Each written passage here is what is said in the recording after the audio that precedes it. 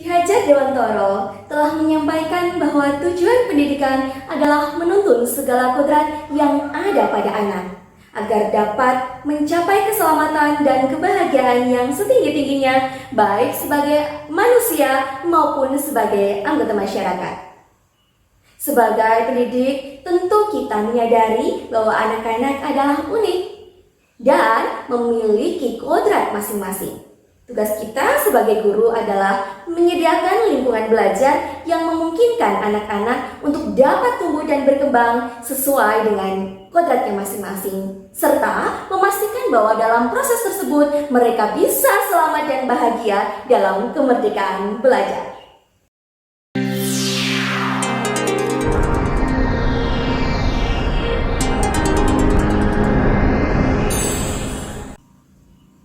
Assalamualaikum warahmatullahi wabarakatuh.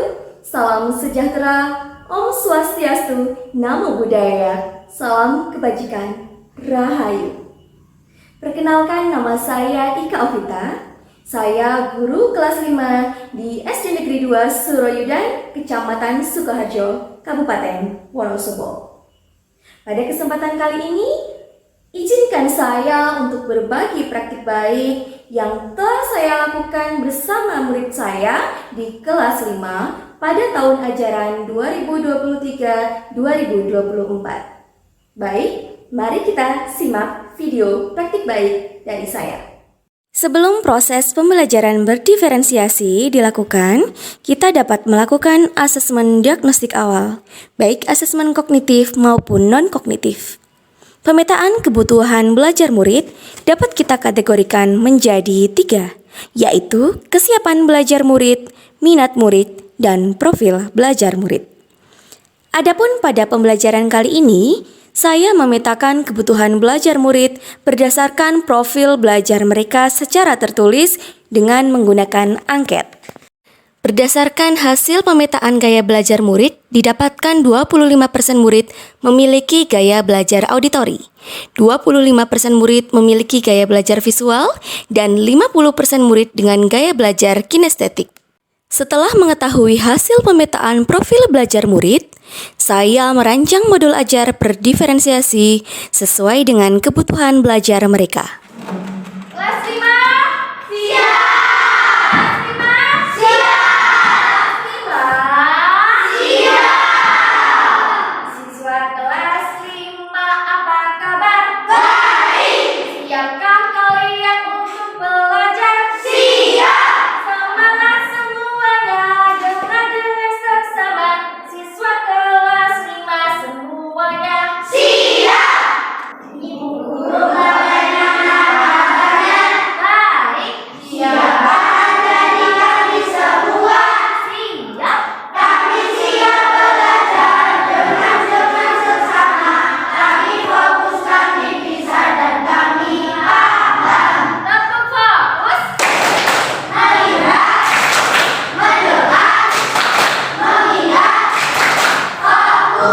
Sebagai bentuk implementasi pembelajaran sosial emosional, saya menggunakan Modimeter untuk mengecek kondisi emosional murid di awal pembelajaran. Tujuan pembelajaran yang akan mereka capai adalah: yang pertama, mengidentifikasi bagaimana cara hewan dan tumbuhan dapat memperoleh energi dalam rantai makanan. Yang kedua, menganalisis hubungan antar makhluk hidup dalam rantai makanan dalam suatu ekosistem. Saya mengajak murid-murid untuk membuat kesepakatan belajar. Satu persatu murid mengutarakan pendapat mengenai kesepakatan belajar yang mereka yakini. Kesepakatan belajar memiliki tujuan untuk menciptakan lingkungan belajar yang sehat dan produktif. Apa saja?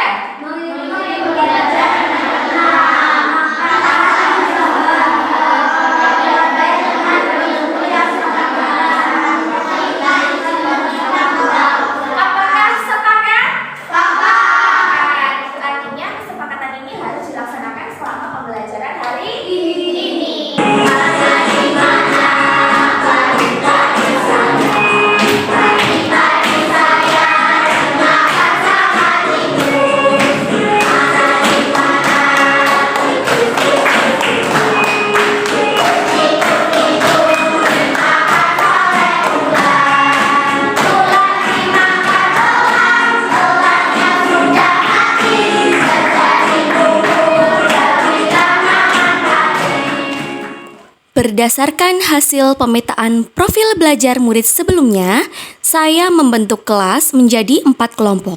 1 kelompok dengan gaya belajar auditori, 1 kelompok dengan gaya belajar visual, dan 2 kelompok lain dengan gaya belajar kinestetik. Sebagai bentuk diferensiasi konten, saya mengemas materi ajar dengan memanfaatkan TIK. Kelompok auditori mendapatkan konten berupa video pembelajaran tentang rantai makanan. Kelompok visual mendapatkan konten media pembelajaran interaktif berbasis web yang saya rancang dengan menggunakan Canva. Sedangkan 2 kelompok kinestetik mendapatkan konten berupa peta harta karun disertai kalimat kunci untuk mencari sumber belajar serta bahan pembuatan produk belajar yang telah diletakkan di sekitar lingkungan sekolah. Kelompok auditori membuat proyek video tentang rantai makanan dari berbagai ekosistem. Kelompok visual membuat poster atau infografis rantai makanan dengan menggunakan aplikasi Canva. Sedangkan kelompok kinestetik membuat proyek diorama rantai makanan. Mereka bebas untuk memilih ekosistem apa yang akan mereka buat dengan memanfaatkan gambar-gambar yang mereka dapatkan saat permainan peta harta karun sebelumnya.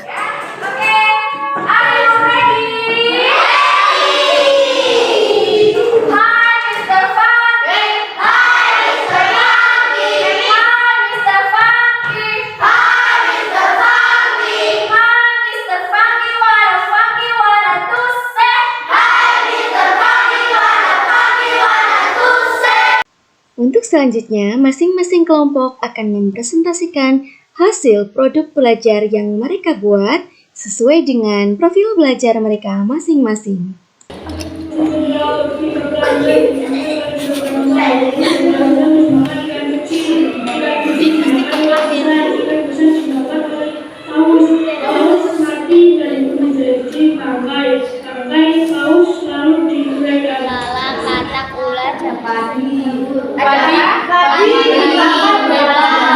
Padi sebagai apa?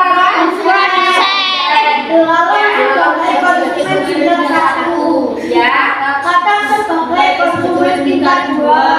Kemudian sebagai konsumen tingkat 3 dan jamur sebagai teman-teman ini adalah ekosistem sawah sebagai produsen dilalah konsumen 1, kata konsumen 2, ulang konsumen 3, elang konsumen 4, terus dekomposer. aku sebagai produsen, kami sebagai konsumen tingkat 1, dilalah sebagai konsumen tingkat 2, singa sebagai konsumen tingkat 3, jamur sebagai dekomposer.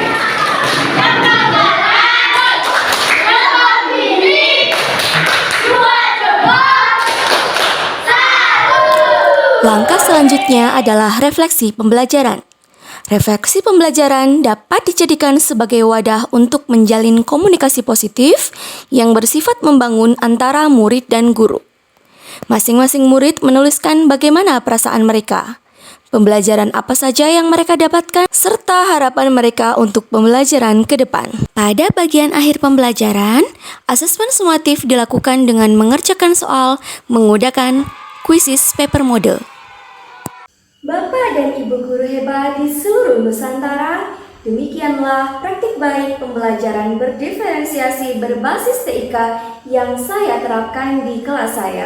Melalui proses pembelajaran berdiferensiasi berbasis TIK ini, nanti akan lahirlah generasi dari murid kita yang memiliki growth mindset.